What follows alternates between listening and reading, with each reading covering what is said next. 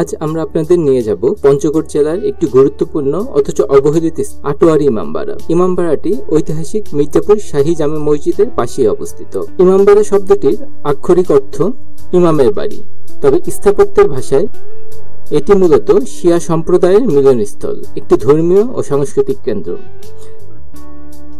বাংলাদেশের রংপুর বিভাগের পঞ্চগড় জেলার আটোয়ারি উপজেলার মির্জাপুর ইউনিয়নে অবস্থিত এই ইমামবাড়াটি এখন প্রায় হারিয়ে যেতে বসেছে ইতিহাসের পাতায়। এটি একটি আয়তাকার আকৃতির এক গম্বুজ বিশিষ্ট ইমামবাড়া। লাল ইটের তৈরি এই স্থাপনাটি মাঝখানে একটি কক্ষ রয়েছে। একসময় এই কক্ষটি ছিল আলোচনা, ধর্মীয় আচার ও মিলন মেলার স্থান। চারপাশে ঘিরে আছে খোলা বারান্দা আর খিলান আকৃতির স্তম্ভ। ইমামবাড়ার পূর্ব পাশেই রয়েছে একটি প্রাচীন প্রবেশ তোরণ, আর তার পাশেই রয়েছে কয়েকটি বাঁধানো কবর। স্থানীয় শিয়া সম্প্রদায়ের কাছে এটি অত্যন্ত গুরুত্বপূর্ণ, কিন্তু দুঃখজনকভাবে আজ এই স্থাপনাটি পড়ে আছে একটি জরাজীর্ণ অবস্থায়, অব্যবহার্য ও পরিত্যক্ত।